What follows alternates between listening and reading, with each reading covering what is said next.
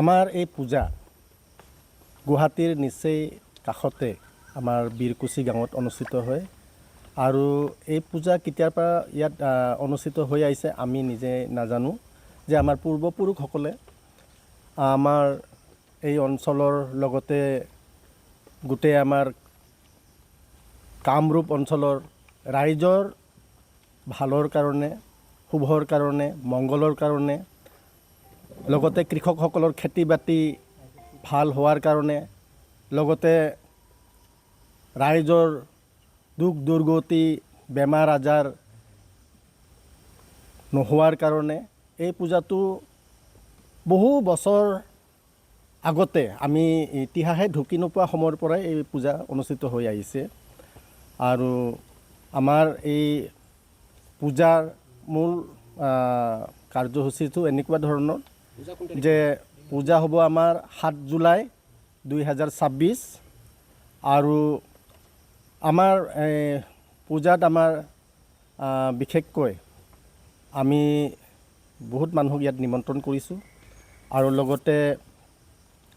আমাৰ এই পূজাত প্ৰায় 1 লাখমান ভক্তপ্ৰাণ ৰাইজ আহে আৰু বিশেষকৈ আমাৰ সেই ৰাইজৰ আস্থা বিশ্বাস আছে বুলি আমি ভাবোঁ যে ইমান ৰাইজ আহে আৰু লগতে এই পূজা বিশেষকৈ যে আমাৰ যিসকল জ্যেষ্ঠ আছে বা যিসকল আমাৰ প্ৰাক্তন সভাপতি সম্পাদক আছে তেখেতসকলে মানে আগত যি ধৰণে নিৰাপত্তাৰ ব্যৱস্থা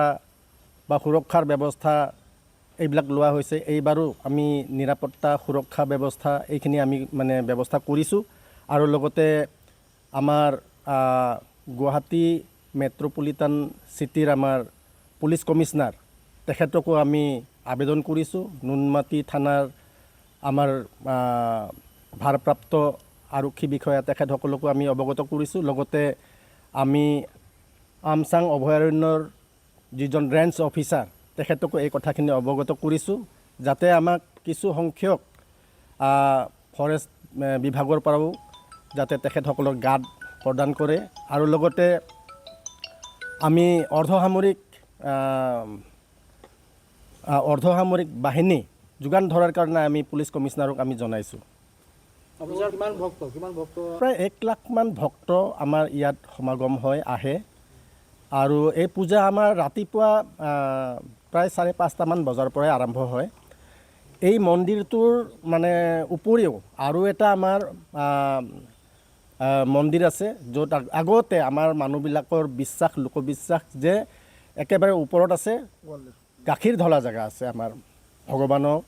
ঈশ্বৰক তাত আমাৰ গাখীৰ ঢলা হয় আৰু আমাৰ এনেকুৱা লোকবিশ্বাস আছে সেই গাখীৰ ঢালিলে মানে আমাৰ তলত এটা পুখুৰী আছিলে এই পুখুৰীটো বৰ্তমান পুতা গ'ল তাত সেই গাখীৰটো ওলোৱা বুলি তেনেকৈ কোৱাৰ কাৰণে তাত এতিয়াও প্ৰায় হাজাৰ হাজাৰ মানুহ তাত গৈ এতিয়াও মানে ঈশ্বৰক গাখীৰ ঢালে যোৰা কাৰ্যসূচীত আমাৰ বিশেষকৈ আমাৰ পূজা হ'ব বলি বিধান থাকিব আৰু লগতে আমাৰ এখন স্মৃতি গ্ৰন্থ ত্ৰিশূল নামেৰে প্ৰকাশ কৰা হ'ব আৰু লগতে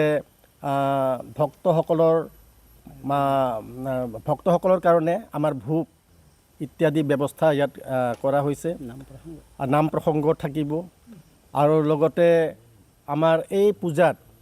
এইবাৰ আমি এনেই গম পাইছোঁ যে আমাক কিছুমান NGO বা কিছুমান আমাৰ তেনেকুৱা ধৰণৰ অনুষ্ঠানবিলাকে পানীৰ যোগান ধৰাৰ লগতে আমাক তেখেতসকলে সহযোগ কৰিব যেনেকৈ ভক্তসকলক আমি মানে সুন্দৰভাৱে তেখেতসকলক বহোৱা ব্যৱস্থা লগতে তেখেতসকলৰ খোৱা লোৱা ব্যৱস্থা ইত্যাদি কৰাৰ কাৰণে আমাৰ NGO